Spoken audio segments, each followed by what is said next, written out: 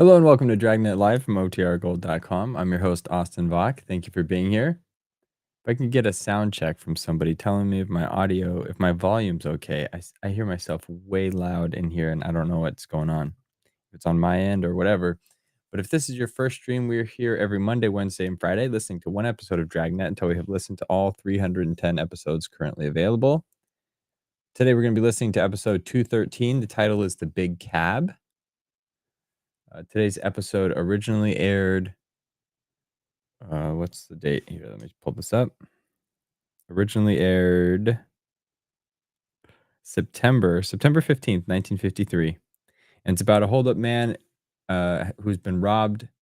A holdup man has robbed the owner of a neighborhood grocery store. The victim has been beaten unmercifully, and with the sawed-off shotgun, the assailant has escaped into the city without a trace, and our job is to find him. And thank you, Nell, for confirmation that the audio is coming through. Good. Shout out to everybody in chat. We've got Teddy, Life with Roscoe, Ronnie, Nell, So Over It, Tune the News, Mary, Andrea, Chris. I think that's everyone so far. Thank you for being here. Hope everyone had a great weekend. If you're watching baseball, if you're a Mariners fan, it was a great weekend. We won game 1 of the American League Championship Series. I'm going to give you updates till the end of the season. So, but we did. It was kind of a surprise victory because we had a super long 15-inning game Friday night. So they had a quick turnaround, and we used like a ton of our pitchers. But they came back and they won, which was incredible.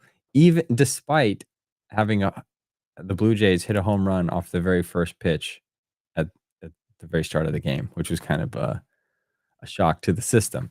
But we pulled on through and we lived to play another day. They played tonight, and it's a best-of-7 series. So hopefully we, fingers crossed for a sweep to get us into the World Series, but I'll take a victory either way. So that's what I did this weekend. Tell me what you did. Also, I see Mr. Pickle is now in chat. Hello, Mr. Pickle. Thank you for being here. What a very memorable name. Austin, did I do too much shouting? Not too much. I was at home. But it was a fun game. Okay, so let me share my screen. We'll get today's show started. Listening again to episode 213, The Big Cab. Enjoy.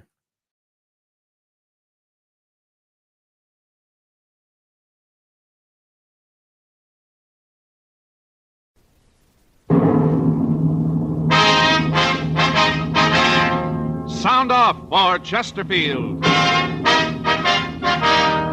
Chesterfield, low in nicotine, highest in quality, best for you. Chesterfield brings you Dragnet.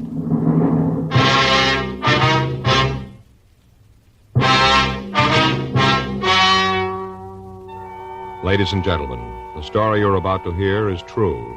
The names have been changed to protect the innocent.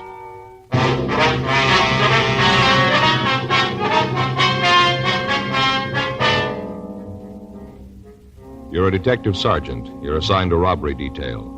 A hold-up man has robbed the owner of a neighborhood grocery store. The victim has been beaten unmercifully with a sawed-off shotgun. The assailant has escaped into the city without a trace. Your job, find him. Smokers by the thousands are now changing to Chesterfield, the only cigarette ever to give you 1, proof of low nicotine, highest quality. 2, this proven record with smokers. No adverse effects to the nose, throat, and sinuses from smoking Chesterfield. Chesterfield, regular or king size, low in nicotine, highest in quality, best for you.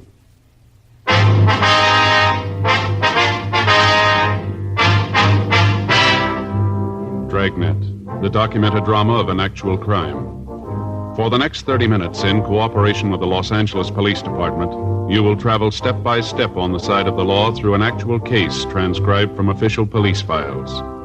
From beginning to end, from crime to punishment, Dragnet is the story of your police force in action.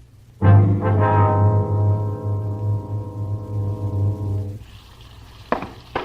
was Wednesday, February 18th. It was raining in Los Angeles. We were working the day watch out of robbery detail. My partner's Frank Smith. The boss is Chief of Detectives Thad Brown. My name's Friday. The office had called me at 3:46 a.m., and by the time I got dressed and out in front of my apartment, it was 3:59 a.m. Frank was there waiting to pick me up. What's the best way to get there? Down the freeway, I guess, and cut over on the Liso, huh? All right.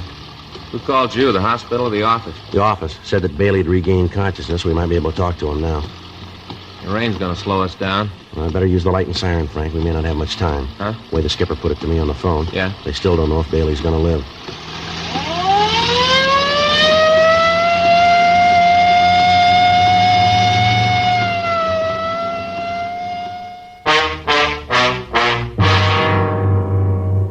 Raymond Bailey was 62 years old. He owned and operated a small neighborhood grocery store on the corner of Whitman and Beacon Streets.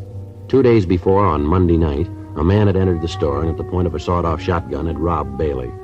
After emptying the cash register and the safe, he'd slugged the elderly man with the barrel of the gun and he'd fled. Bailey had been rushed to Georgia Street Receiving Hospital and then transferred to the county hospital for treatment. For the past 2 days, he'd been under a heavy sedative and he'd been in a coma. He was suffering from a skull fracture, cuts, and bruises. His condition was listed as critical, and we'd left word to be called the minute he regained consciousness. 4:26 a.m. We got to the hospital. We went up to the 4th floor. We met and talked with the doctor who'd been taking care of Bailey. He told us that the patient had just been given another shot to ease the pain and that he'd probably drop off to sleep. We went into the hospital room and walked over to the side of the bed. It was a few minutes before the old man started to talk. I'll tell you what I remember. All seemed kind of far away, like I read about it in a book. Not like it really happened to me. All right, sir, if you just tell it in your own words, if you can. What time is it? It's 4:45, Mr. Bailey. Who's that? I'm Frank Smith. Oh, you a policeman, too? Yes, sir. Oh, 4:45, huh? That day or night? It's in the morning, sir. Uh-huh. I sure been out. If you'd tell us what happened, sir. How many of you are there in here? With just the two of us. Yeah. Way they got my head all bandaged, can't see. Say, officers, Yes, sir? doctor said this is Wednesday. Is that true? Yes, sir, that's right. Wednesday the 18th. Can't figure where the time's gone. It can't be Wednesday. Why do you have to agree with him? Why don't you tell me for true? Well, sir, you've been asleep for a couple of days. Really? Yes, sir. Been pretty sick, huh? That's what they tell us. Mm-hmm. Seems like every time I turn around and give me another shot. Takes the pain away, but makes everything seem so far away, like nothing was really happening to me. Yes, sir, we understand. Think you could go on with the story? Oh, yeah. This fella came in Monday night. It was raining. Wasn't much business. I was figuring on closing when he came in.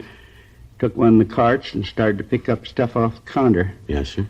Well, the fella picked up a lot of stuff. Had a shopping bag with him, hung it on the cart. I figured that I'd have to check the bag when he got the check stand. We had a lot of shoplifting lately. I see. Well, after he looked the store over, he came up to the check stand. I checked out the stuff he had. Came to over $5. Oh, picked out all kinds of things, most of them imported.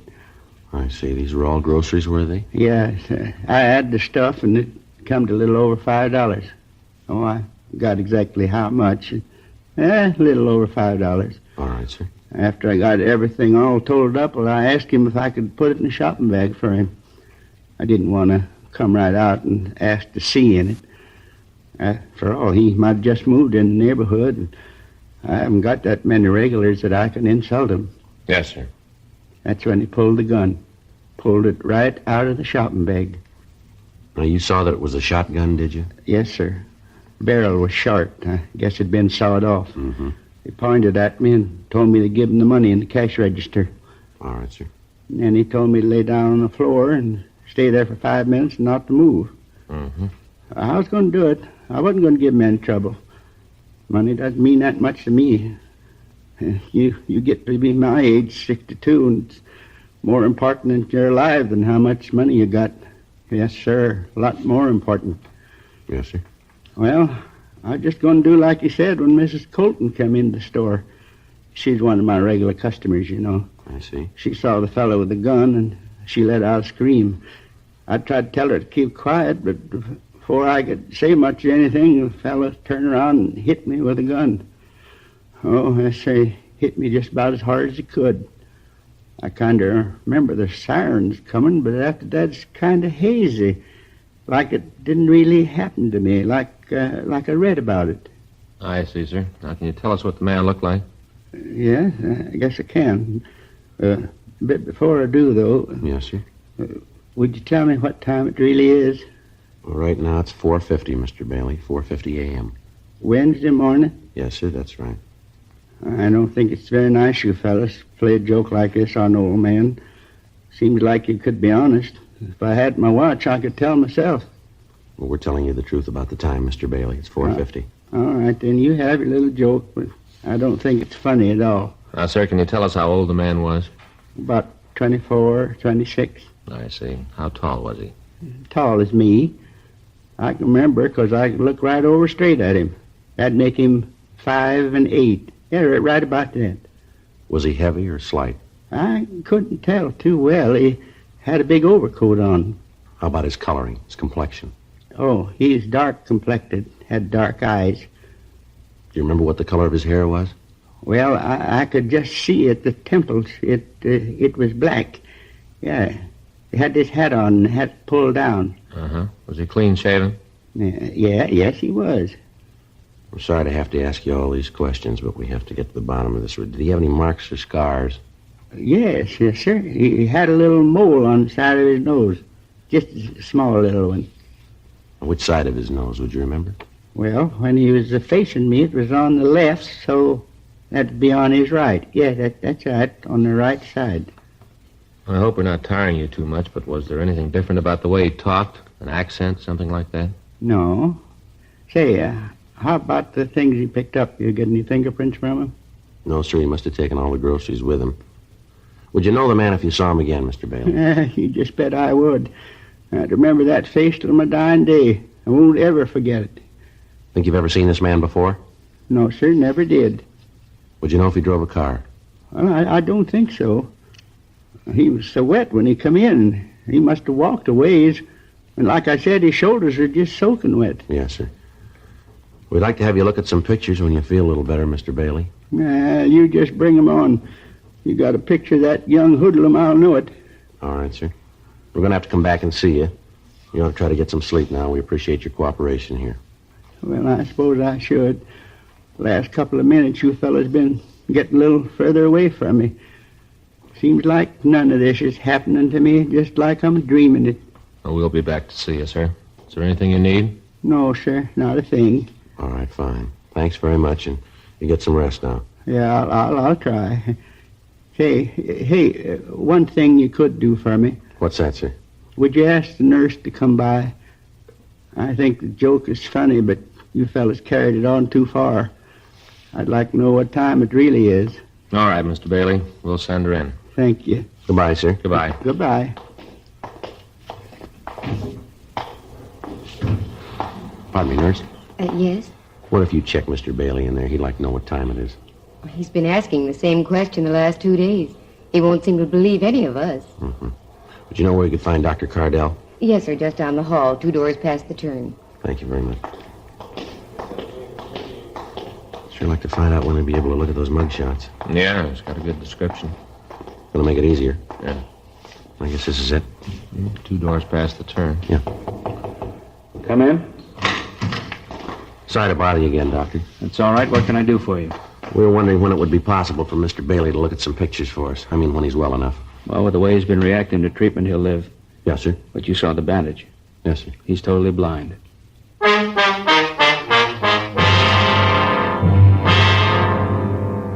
5:10 a.m. We got to the city hall. We got out a supplementary broadcast and an APB carrying the description of the suspect. We asked the stats office to make a run for us on the information the victim of the holdup had given us. They said they'd be able to give us a list of possibles by 10:30 that morning. We checked through the oddity file to see if there might be something in the records on the small mole on the suspect's nose. There were several cards turned over to us, but none of them matched the rest of the description that we had.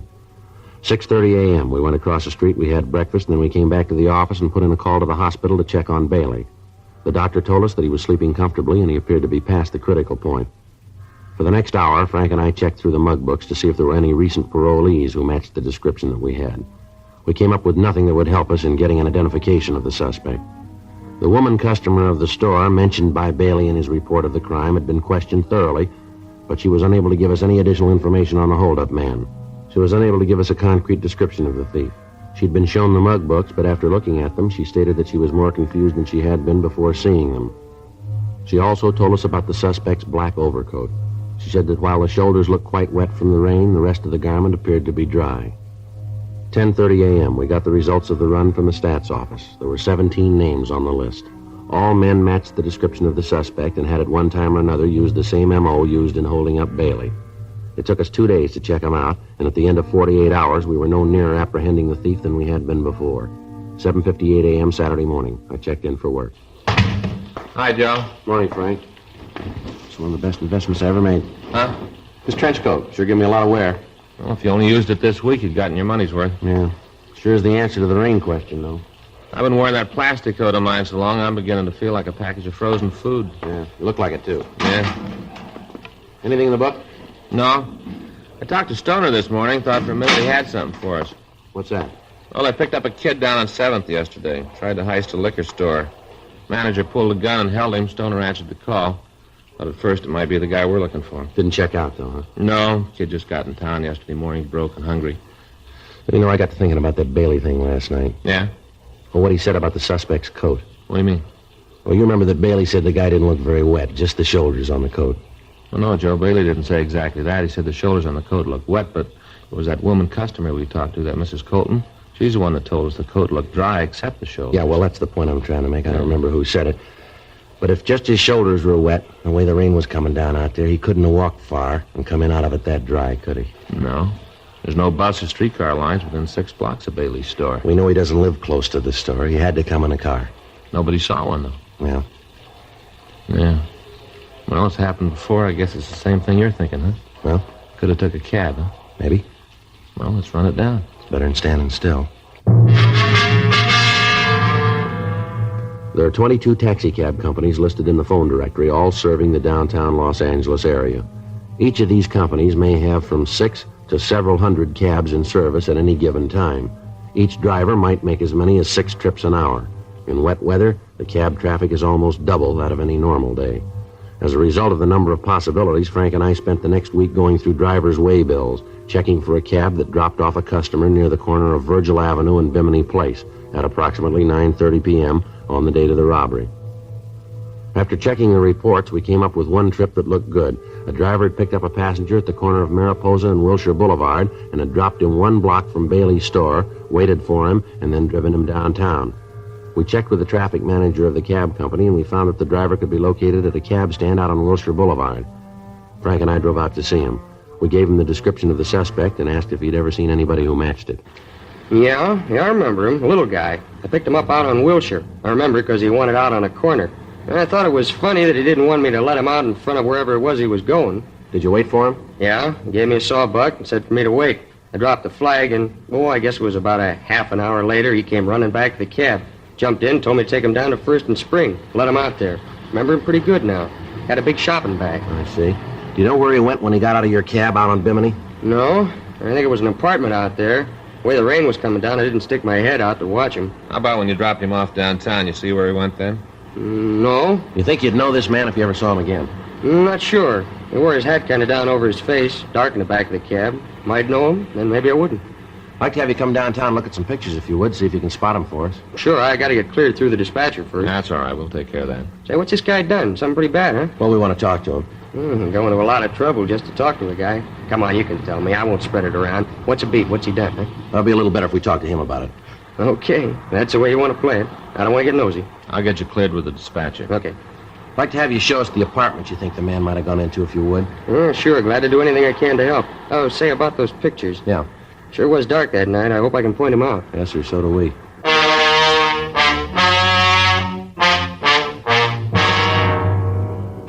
We took the cab driver downtown, and he went through the mug books, but he was unable to come up with an identification. The neighborhoods where he'd picked up the suspect and where he'd dropped him off were checked. None of the people in the vicinity could tell us anything. The usual channels of information were checked, but they yielded no new information. It had been 10 days since the holdup, and we were no nearer to finding the suspect than we'd been the day after the robbery. Another week passed without results. The thief had dropped from sight. We still had no idea where he was. On Tuesday, March 10th, we got the answer. Hot shot, I'll get it.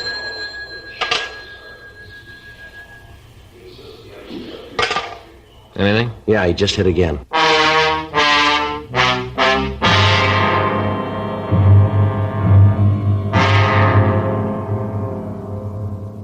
The description in the M.O. the thief had used was the same as he'd employed in holding up Bailey. During the following 3 days, he hit 3 more times. Each time he got away without a trace.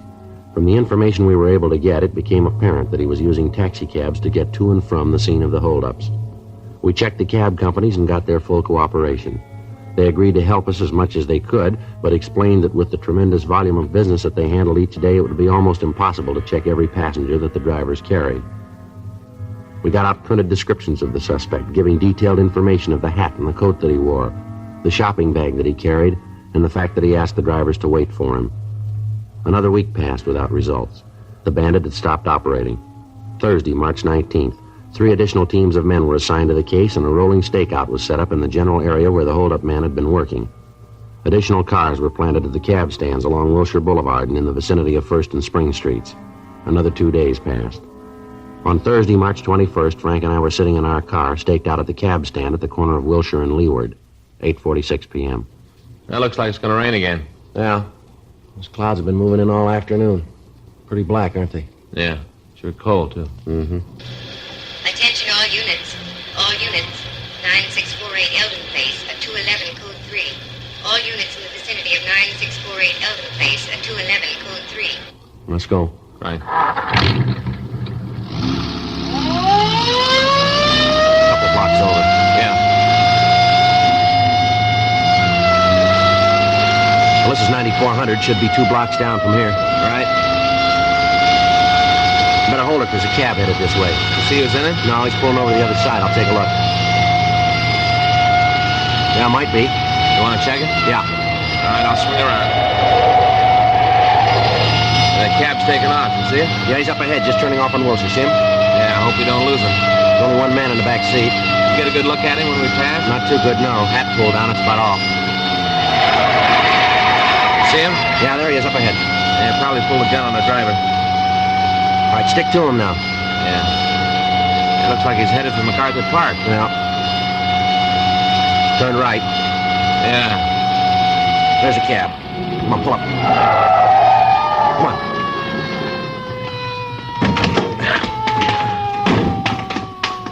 I couldn't stop. He said he'd kill me if I did. He had the gun pointed right at me. You see where he went? Yeah, he ran over there in the park. Good, I'll check it. I didn't know what it was all about. He said if I didn't keep driving, he'd kill me. It's all right, you stay here. I'll be right back. Yeah, sure.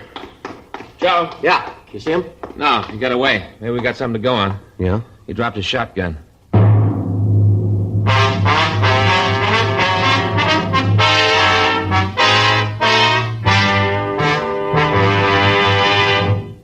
You are listening to Dragnet, the authentic story of your police force in action. Smokers by the thousands are now changing to Chesterfield, the only cigarette ever to give you 1, proof of low nicotine, highest quality. Chemical analyses of the country's 6 leading brands confirm that. 2, the only cigarette ever to give you this proven record with smokers. Again and again, over a full year and 1/2, a group of Chesterfield smokers have been given thorough medical examinations. The doctor's reports are a matter of record. No adverse effects to the nose, throat, and sinuses from smoking Chesterfield. A responsible independent research laboratory supervises this continuing program. Chesterfield, the only cigarette ever with a record like this. Chesterfield, best for you.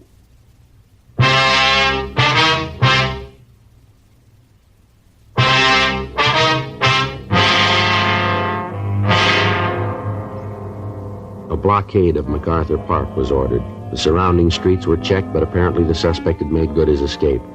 The crime lab crew was called, and they came out and went over the cab for physical evidence. In the back seat of the cab, we found the shopping bag that the thief had carried. It was a plain brown paper bag with heavy cord handles. There was no way of tracing it. In the bottom of the bag, under several cans of food, there was a sales slip with a penciled notation. One of the prices that had been rung up had apparently been wrong, and after the total had been made, a credit to the customer had been deducted. There was no market name on the slip and no address, just the penciled notation. The shotgun and the cans of food were checked for fingerprints, but those that were found were so badly smudged that they were useless. The serial number was checked with gun records, and we found out that the gun had been reported stolen 3 months previously. We went out and talked to the man who'd made the report, but he couldn't help us. Lieutenant Lee Jones made photographs of the serrated edge of the sawed-off barrels, and they were booked as evidence. We checked at the store that had been robbed, but they told us that the sales slip wasn't theirs. Monday, March 23rd, we started out to find the store that had made out the slip. We checked all of the smaller grocery stores in the area where most of the cabs had been picked up. It took us the better part of 3 days. On Wednesday afternoon, we stopped at a small delicatessen at the corner of 3rd and Leeward Streets. The manager there told us that he didn't recognize the slip, but he said that it could have come from their cash register. He asked us to wait while he called his wife. She came over to the store and we showed her the receipt. Yeah, that's one I made out. The customer bought 4 cans of tomato sauce, and I made a mistake on the register. I overcharged him a penny on each can. He noticed that he made quite a scene. It was pretty embarrassing. I apologized, and I gave him a credit. Do you know the man? Yeah, he comes in quite often, once, twice a week. Does he live in the neighborhood, would you know? No, I can't tell you that. He just comes in, then he leaves. Do you know his name? No, I don't. You drive a car? I've never seen him in a car. Usually walks in, gets what he wants, and then walks out. Do you ever come in with anybody else? No, he's always alone. And you don't know if he lives around here, huh? Well, I told you no. What's he done? What's this all about? We want to talk to him, ma'am. When do you think he'll be back? Well, let's say this is Thursday. Might be in this evening, maybe tomorrow. What times do you usually come in? Mostly in the late afternoon or early evening. Is there something I can do? Do you have a message I could give him? No, ma'am. We'll give it to him.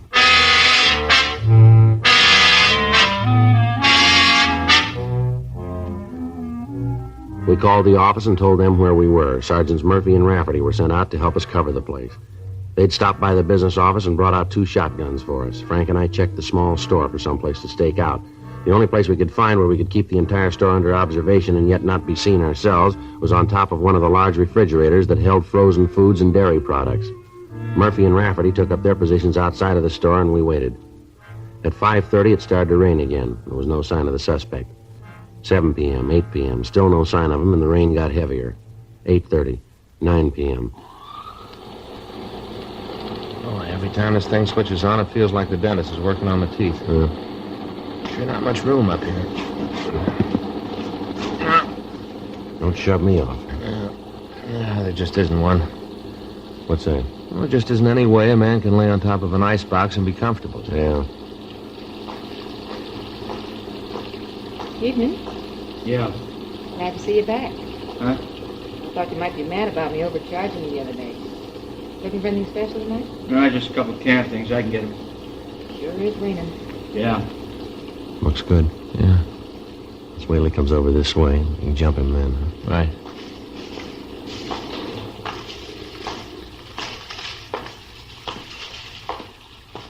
All right, now. Hey, what's going on? Watch it, Joe. Let's go. There he goes. All right, police officer, hold it up. He isn't going to stop, Joe. You see Murph and Rafferty? Yeah, they're across the street. Looks like he's going in that apartment. Come on. All right, take it easy. He should be in there. He is. All right, cover me. Right. All right, give it up, mister. Get away from me, cop! You come after me, I'll kill you! Come on downstairs. You're going to save yourself a lot of trouble. You okay, Joe? Yeah. He's still alive. You want to call the ambulance? Yeah. Who told you? Who tipped you off? You did. I never talked in my life. I wasn't even worried. You were once, fella. What about it? 4 cents.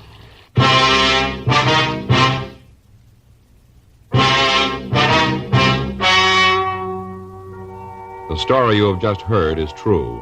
The names were changed to protect the innocent. On July 16th, trial was held in Department 96, Superior Court of the State of California, in and for the County of Los Angeles. In a moment, the results of that trial. Now, here is our star, Jack Webb. Thank you, George Fenneman. I only need 7 seconds to tell you why you should be smoking Chesterfields. Chesterfield is low in nicotine, highest in quality, best for you. I'd like you to try them. Regular or king size? Chesterfield.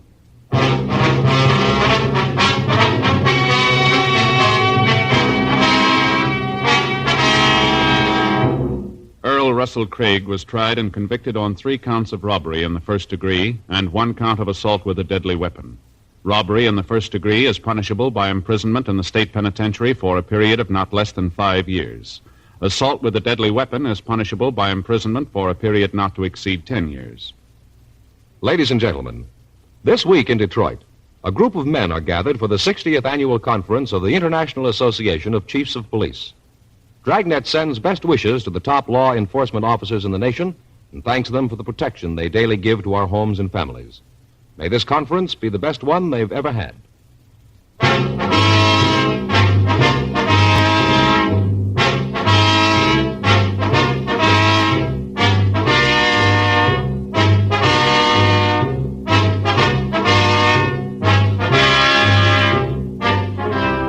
You have just heard Dragnet, a series of authentic cases from official files.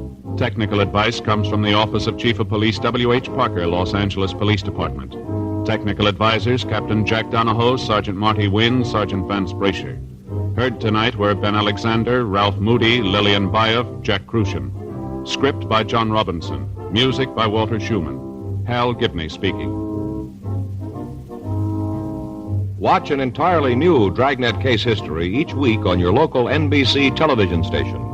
Please check your newspaper for the day and time. Chesterfield has brought you Dragnet, transcribed from Los Angeles. Have you tried new cork-tipped Fatima? It's the smooth smoke. Here's why. New Fatima tips of perfect cork, king size for longer filtering, and Fatima quality for a much better flavor and aroma. Remember, Fatima has the tip for your lips. Try new Fatima. See how smooth it is. Fatima is made by the makers of Chesterfield, Liggett and Myers, one of tobacco's most respected names.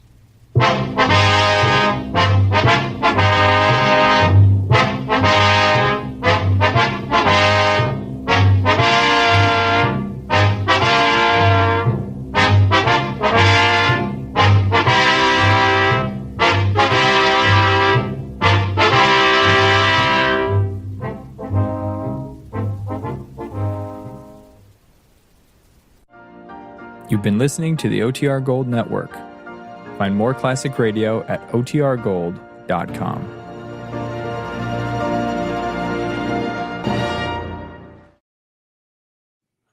All right, I hope you enjoyed that episode. Yeah, good thing they got that guy. And I like So Over It's thing. He should serve his sentence blindfolded in total darkness so he knows what it's like to for his victim. All right, and if anybody caught the last name of the actor Lillian, So Over It wants to know. All right, well, I wish you all a great Monday. Hope to see you back here Wednesday at 9 a.m. for episode 214. I'm wearing this jacket, which is nice and warm, but I also realize every time I move, I hear the scratchiness in my headphones. It's like a very noisy, like puffy vest on. But it's kind of chilly today. Maybe as the sun comes out, it'll warm up. But anyway, hope you had a great weekend. Thanks for being here today. Hope to see you back on Wednesday. And until then, be good, be safe, be happy. Oh, wait. I didn't share with you what I was working on here. I left a comment. Let me show you.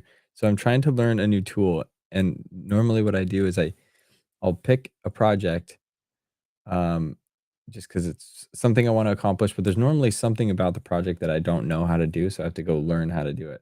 Oh, Roscoe. How do I block you? Or I'll take the wrench that's right next to your name and I'll hit you with it in a metaphorical way, not a real way. I don't condone violence, but he says, "Go Blue Jays." No, go Mariners. That's what we want. Okay, but let me show you this project before I drop here. I'm gonna stop sharing that. We're gonna go to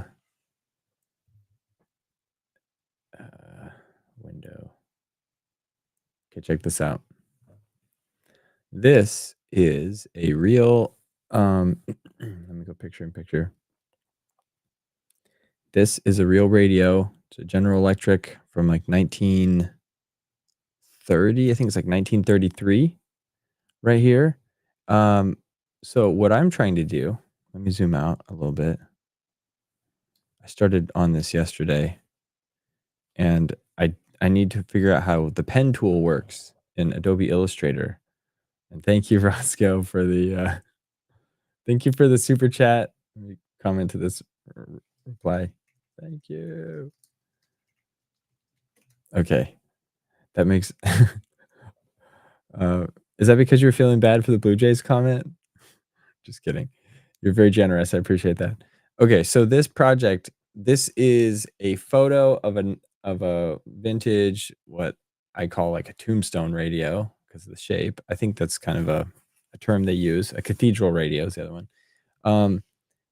So this is the actual radio. What I want to do is I'm trying to trace all these lines here because I want to make this out of wood. I shared on a previous stream, like last year, I think someone had used a laser to cut out a piece of metal that made it look like just kind of an abstract vintage radio.